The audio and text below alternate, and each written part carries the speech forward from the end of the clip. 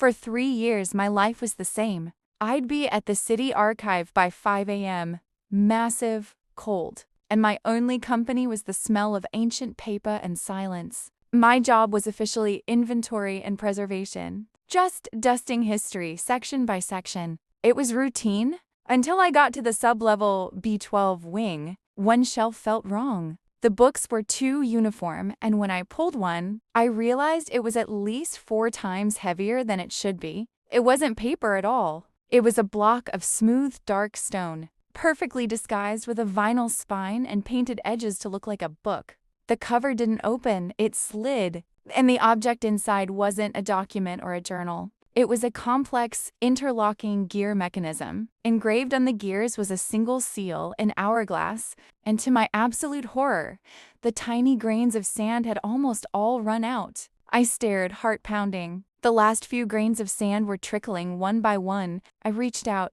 desperate to stop it, but knew I couldn't. Then, silence.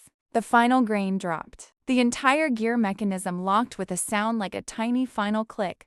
That wasn't the worst part. A deep, seismic groan that wasn't coming from the device. It came from the archive itself. It felt like the entire building was inhaling. Dust fell from the ceiling. The shelf I was standing next to, the regular shelf with the old paper books, they didn't just fall, they were pulled into the wall. The device didn't signal an end. It signaled a shift. The archive wasn't a repository for history. It was a door, and I just closed it. The groan stopped.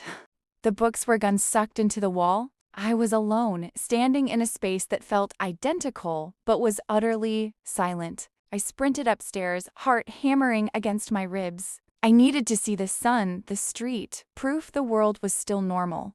The main reading room was empty. No staff, no patrons. Just tables set for a lunch that happened yesterday? Or maybe I found the main door. It wasn't locked. It was sealed. Not with a lock, but with smooth, cold gray rock that had oozed into the frame. The hourglass didn't close a door. It isolated a section. I was in a bubble. The stone book was meant to trap whoever found it. Then I saw the stone books on the wall shelf. All the original ones were back, but the empty space where I found mine, was now filled by a new one, still warm to the touch. That new stone book was terrifying. It wasn't warm. It was ticking, a faint, rhythmic click coming from inside the solid rock. I spent an hour trying to open it, prying, pushing, hitting it. Nothing. The stone was harder than steel. It was impossible to open from the outside. That's when I saw the inscription on the side. Not the hourglass. This one read, "The lock is the key. The keeper is the book." I finally understood. I didn't just close a door. I initiated a transfer. The original stone book was a lock, and I was the new keeper. My only chance to escape. This bubble is to make sure someone else finds Miss Stone Book before the ticking stops. But how long do I? Survival meant sending a signal. I remembered the old pneumatic tubes, the only link between this hidden section and the main building. I took the smallest stone book, the original, now empty, and carved a desperate message onto it. "Don't open." I sent it through the tube. I had to assume the outside was still functional, still running its normal, oblivious cycle.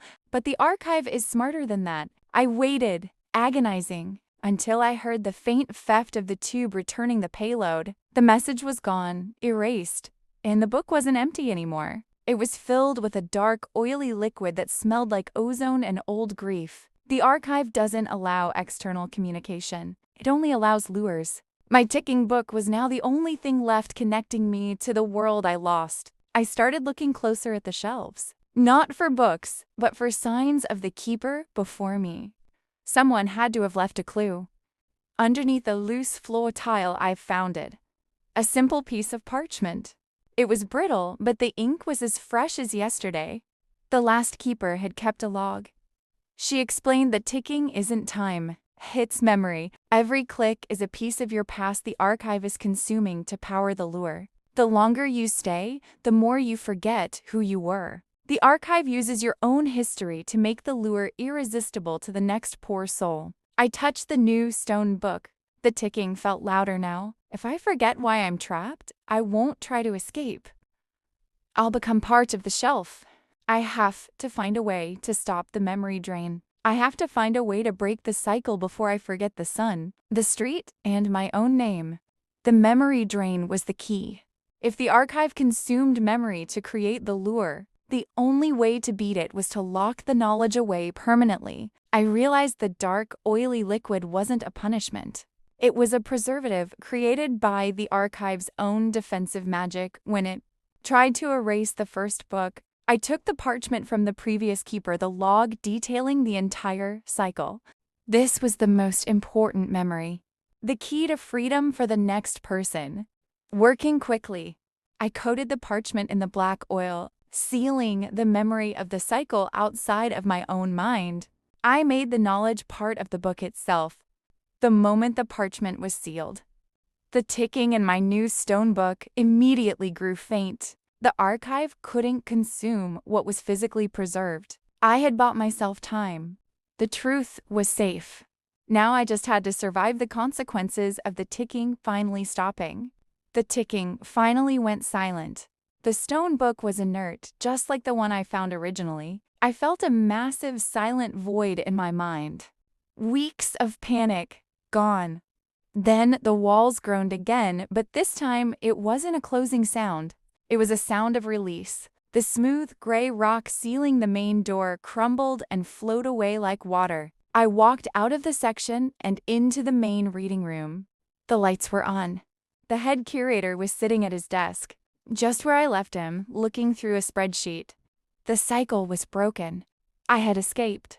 But when the curator asked me why I looked so tired, I couldn't remember what I had been doing for the last month. All I had was a single, greasy piece of parchment hidden in my pocket, the one memory the archive couldn't take. Proof of the cycle, waiting for the next archivist. I quit my job the next day. The archive is still there, waiting. And somewhere inside, my final gift is sitting on a shelf, hoping no one ever finds it. The end. Subscribe.